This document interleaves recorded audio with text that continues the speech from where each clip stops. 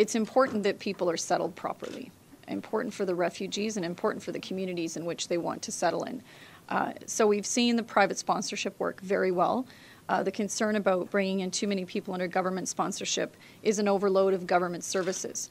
I understand some of the cities are making that case, and I think the government has to listen to that.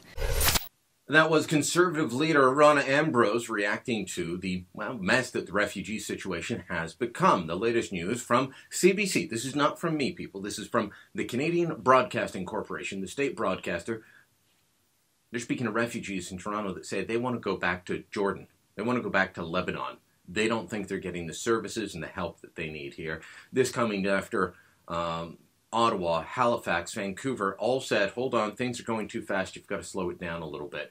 Well, Candice Malcolm is a columnist with the Toronto Sun and a fellow at the Canadian Global Affairs Institute. She joins me now to talk about this because, Candice, you had an interesting few stats in your latest column, and it was on the issue of refugees and how the government is putting a big push on government-assisted refugees. Those are the ones that the government brings over and pledges to look after, versus privately sponsored refugees. There's a big discrepancy in how well they fare. Explain what you found.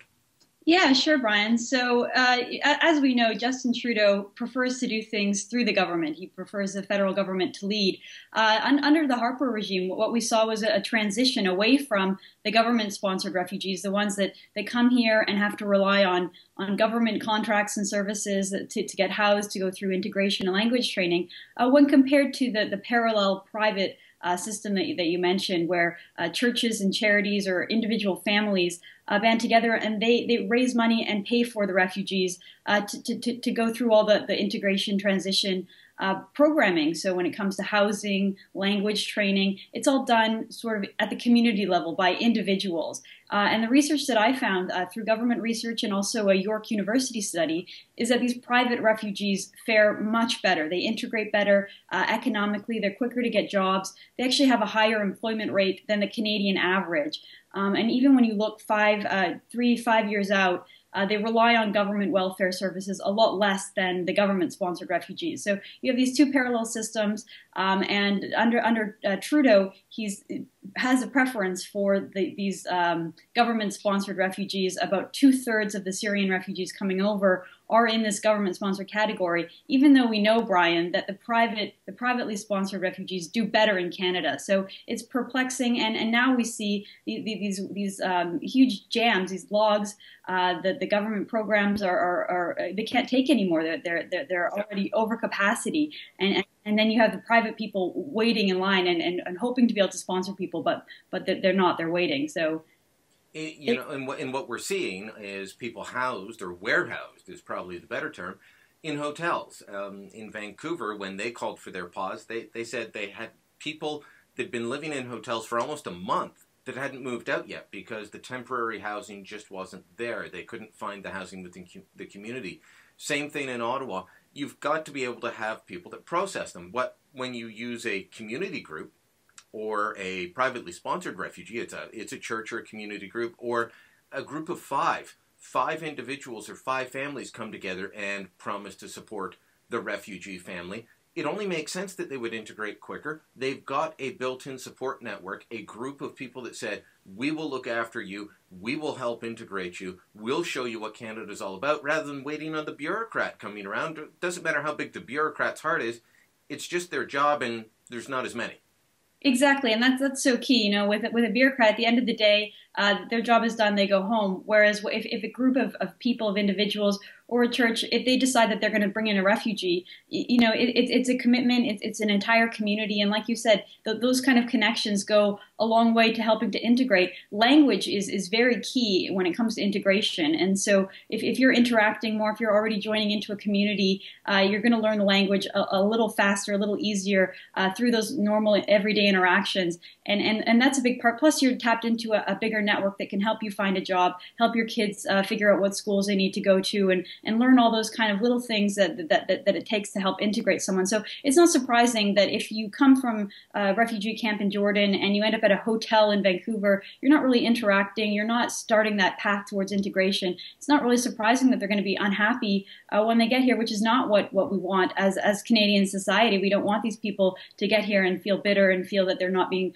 properly taken care of. So again, the Trudeau policy, it might have sounded great on the surface, let's bring in as many as we can, but when it comes to all these little logistical challenges and problems, they're setting up problems not just for today, Brian, but for the future that are going to be long lasting unless they do something now to sort of change course and correct that. And that's why in my column I called for more private refugee sponsorship. There's no reason we need to have 2/3 government sponsored when we have this other great program and individuals literally waiting in queue, waiting to get matched with a refugee. The private folks, they're waiting. They feel frustrated and anxious because they want to be matched up with someone and they haven't yet.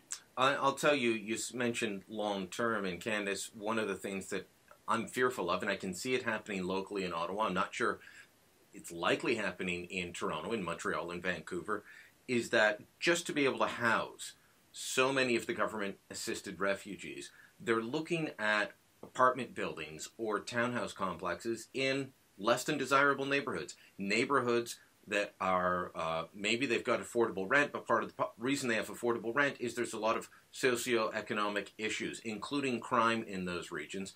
You take a bunch of families, you put them down in there, what will happen to their kids, or what is more likely to happen to their kids if they were dispersed throughout the whole city, throughout the whole community in different areas? There is a higher chance of them getting involved in crime, living in an area where people don't have jobs. You're not going to make the connections. I don't know about you, but for me, jobs come about due to networking and connections. Exactly, and again, that's why the private system, it works a little bit better.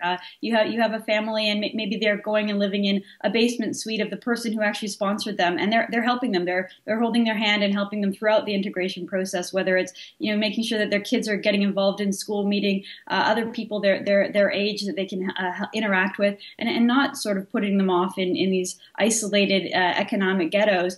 Where they're only interacting with people that they would have known in the country that they were fleeing, and not really joining Canadian society, not interacting, especially for the next generation, the younger children. They might feel disadvantaged or excluded.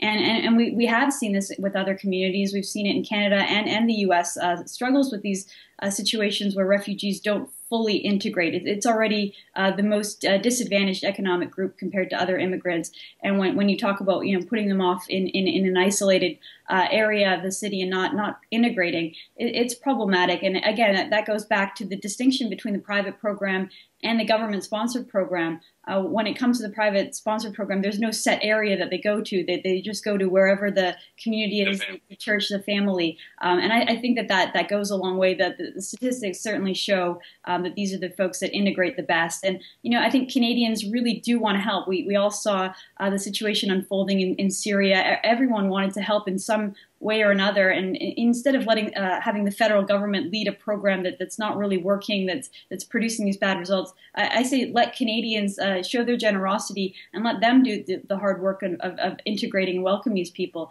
Trudeau has the opposite approach, where he thinks that it needs to be a federal government initiative, and we all know what happens when we let the federal government do something that private Canadians can do themselves. It turns into a boondoggle. There's too much bureaucracy and red tape, and all of these problems that come from a government-led program. It doesn't really make sense, and I think Trudeau's possibly starting to realize that as you look across the country and see all these problems that are unfolding, Brian. All right, Candice, thanks for your time today. If you want to read Candice's column, highly recommend it. You can find it at the Toronto Sun's website. I'll make sure it's up at my Facebook page, facebook.com/Brian Lilley, and at the story that accompanies this video at The Rebel. Thanks a lot, Candice. Great, thank you.